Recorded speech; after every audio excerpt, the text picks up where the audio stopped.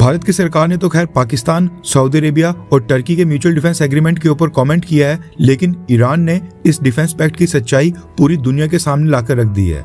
ये defence pact क्या औकात रखता है ये सबको बता दिया है। भारत को तो इसमें कुछ करने की जरूरत भी नहीं है, इनको ईरान ही हैंडल कर रहा है। ये तो हम डिस्कस करेंगे ही। साथ में भारत ने अमेरिका को अपने लिमिट्स में रहने के लिए क्यों बोला है, चाइना को एक बड़ा संदेश देने के लिए भारत की सरकार ने अरुणाचल प्रदेश में कुछ बदलाव किए हैं, उसके ऊपर भी हम बात करेंगे। इसके अलावा भी काफी सारी इंपॉर्टेंट अपडेट आ रही हैं जो भारत के ऊपर इम्पैक्ट डालेंगी, इसलिए वीडियो को एंड तक देखिएगा। सबसे पहले बात करते हैं पाकिस्तान, सऊदी अरेबिया और टर्की के म्यूचुअल डिफेंस एग्रीमेंट के बारे में, जिसका नाम इन्होंने रखा है मक्का ज्वाइंट डिफेंस एग्रीमेंट। इस एग्रीमेंट का फ्रेमवर्क पिछले कई महीनों से रेडी किया जा रहा था। हमने पहले भी इसके ऊपर बात की थी और आज फाइनली तीनों देशों ने डिफेंस एग्रीमेंट साइन कर लिया है, जो कहता है कि तीनों में से किसी भी एक देश के ऊपर हमला तीनों देशों के ऊपर हमला माना जाएगा और बाकी के 2 देश भी उसके डिफेंस में आएंगे। भारत के कई सारे लोग सोच रहे होंगे कि अब ये भारत के लिए बहुत ही बड़ी मुसीबत बन गया है और भारत को अकेले पाकिस्तान ही नहीं बल्कि सऊदी अरेबिया और टर्की के साथ भी डील करना पड़ेगा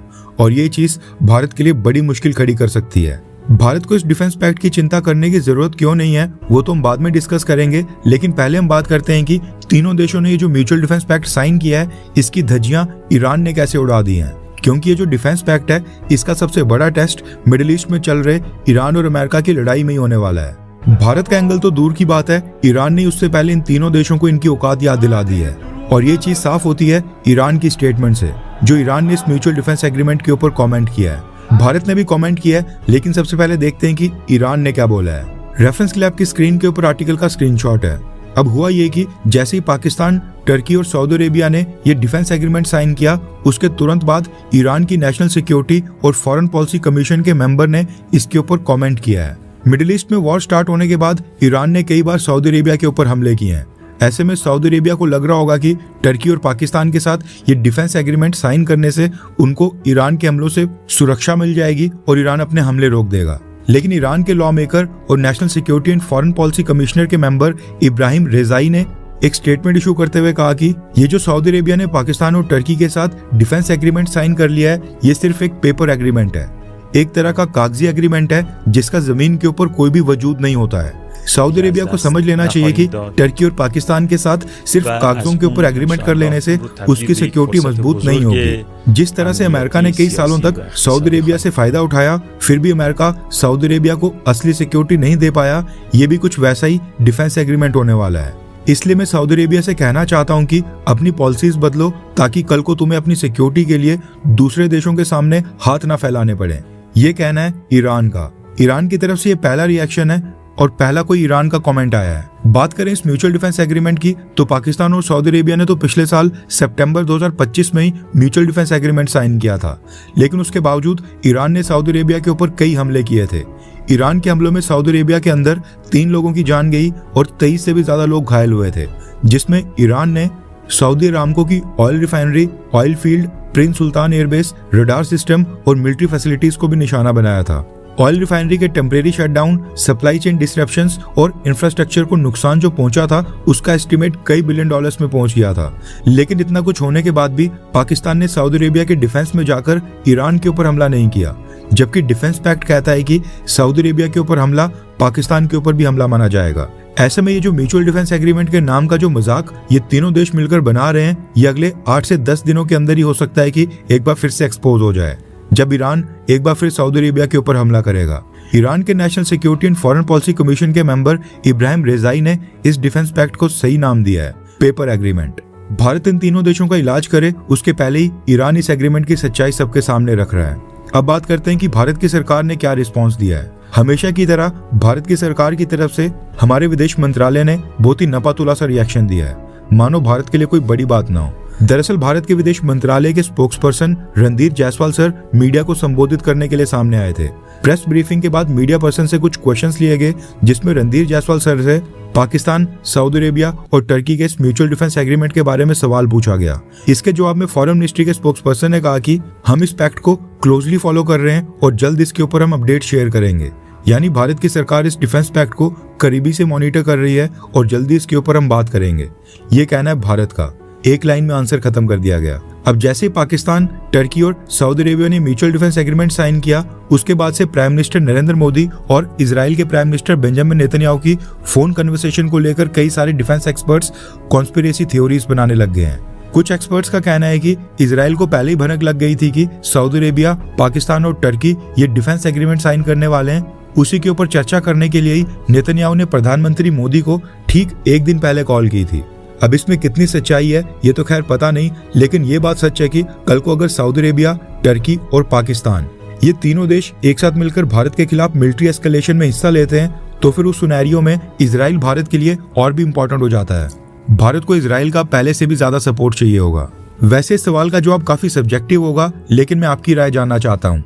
आपको क्या लगता है कि क्या कल को अगर किसी आतंकी हमले की वजह से वापस से ऑपरेशन सिंदूर जैसा भारत और पाकिस्तान के बीच मिलिट्री कॉन्फ्लिक्ट स्टार्ट हो जाता है, आपको क्या लगता है कि क्या ये मक्का जॉइंट डिफेंस एग्रीमेंट साइन करने के बाद टर्की और सऊदी अरेबिया पाकिस्तान की सेना की मदद करने के लिए अपनी सेना भेजेंगे? हाँ या फिर ना, कभी नहीं आएंगे? नीचे कॉमेंट कर अपनी राय जरूर बताएं। नेक्स्ट अपडेट आ रही है भारत और अमेरिका को लेकर। आपको याद होगा 2-3 दिन पहले अमेरिका के कांग्रेसमैन रिले मूरी ने कहा था कि भारत की सरकार जो फॉरेन कंट्री से आने वाली फंडिंग के लिए FCRA कानून ला रही है वो क्रिश्चियंस के खिलाफ एक सीधा हमला है, क्रिश्चियंस को टारगेट करने के लिए लाया जा रहा है। अब भारत की सरकार ने अमेरिका के स्टेटमेंट का जवाब दिया है। रेफरेंस के लिए आपकी स्क्रीन के ऊपर आर्टिकल का स्क्रीनशॉट है। भारत के विदेश मंत्रालय ने कहा है कि भारत के कानून और पार्लियामेंट से जुड़े फैसले ये एक इंटरनल मैटर है और हमारा अंदरूनी मामला है। इसके ऊपर क्या कानून बनेगा, क्या फैसला होगा, ये सिर्फ भारत की पार्लियामेंट तय करेगी। बाहर से इसके ऊपर किसी को भी कमेंट नहीं करना चाहिए। मैं ये भी कहना चाहता हूँ कि सिर्फ भारत ही नहीं बल्कि अमेरिका समेत दुनिया के कई सारे देश विदेश से आने वाले पैसों और फंडिंग के ऊपर नियम और कई प्रकार की पाबंदियां लगाते हैं। यानी भारत की सरकार का साफ कहना है कि ये हमारा अंदरूनी मामला है और ऐसे काम के लिए भारत को ना रोका जाए जो अमेरिका खुद ही करता हो। अगर अमेरिका दूसरी कंट्री से आने वाली फंडिंग के ऊपर रिस्ट्रिक्शंस लगाता है तो फिर हमारी पार्लियामेंट खुद तय करेगी कि हमें कौन से कानून बनाने और कौन से नहीं। नेक्स्ट अपडेट आ रही है भारत और चाइना को लेकर। अब ये काफी बड़ी अपडेट है, लेकिन कई सारे चैनल्स ने इसको मिस कर दिया है। रेफरेंस के लिए आपकी स्क्रीन के ऊपर आर्टिकल का स्क्रीनशॉट है। न्यूज निकल कर आ रही है कि भारत की सरकार ने अरुणाचल प्रदेश में चाइना के साथ लगने वाले बॉर्डर रीजन में 27 लोकेशंस को आइडेंटिफाई कर उन्हें स्टैंडर्ड नाम एलोकेट कर दिए हैं। भारत के official map survey of India में भी फीचर कर दिया गया है। इसमें अरुणाचल प्रदेश के वो सारे रीजन्स भी शामिल हैं जिनके लिए चाइना ने चाइनीज भाषा में नाम असाइन कर लिस्ट जारी की थी। अब भारत की सरकार ने इनके इंडियन नामों की लिस्ट जारी कर अपने ऑफिशियल मैप्स में ऐड कर दिया है। 27 में से 4 पासिस के नाम है, एक मॉन्यूमेंट का नाम है, एक लेक है, जबकि 21 लोकेशंस लैंड एरिया की हैं। खास बात यह है कि भारत की सरकार ने जो 27 नाम ऑफिशियल मैप्स में फीचर किए हैं, इनमें तिब्बतन नाम तो शामिल हैं, लेकिन साथ में हिंदी नाम भी शामिल किए गए हैं। अब ये जो नामों की लिस्ट भारत ने रिलीज की है, इसमें लोंगजू, माजा और थागला, ये तीनों इंडिया चाइना बॉर्डर के ऊपर ऐसी लोकेशंस हैं जिनको भारत क्लेम करता है, लेकिन इनके कुछ हिस्सों में 1962 के युद्ध के बाद से चाइना का कंट्रोल है।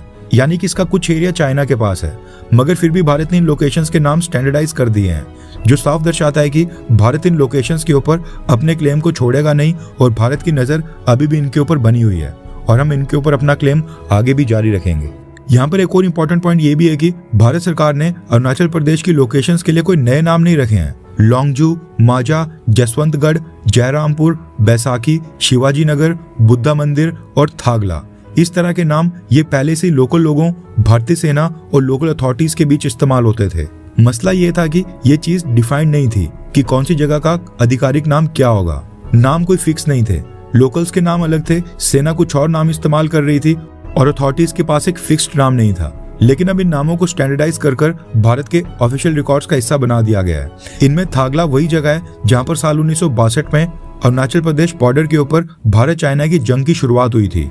जसवंतगढ़ और शेरे थापा मेमोरियल भारत की सेना के वीर गति को प्राप्त हुए जवानों की याद में बनाए गए थे। अब इनको परमानेंट नाम जसवंतगढ़ और शेरे थापा मेमोरियल एलोकेट कर दिए गए हैं। अब ये चीजें कहीं ना कहीं चाइना को काफी पिंच करने वाली हैं।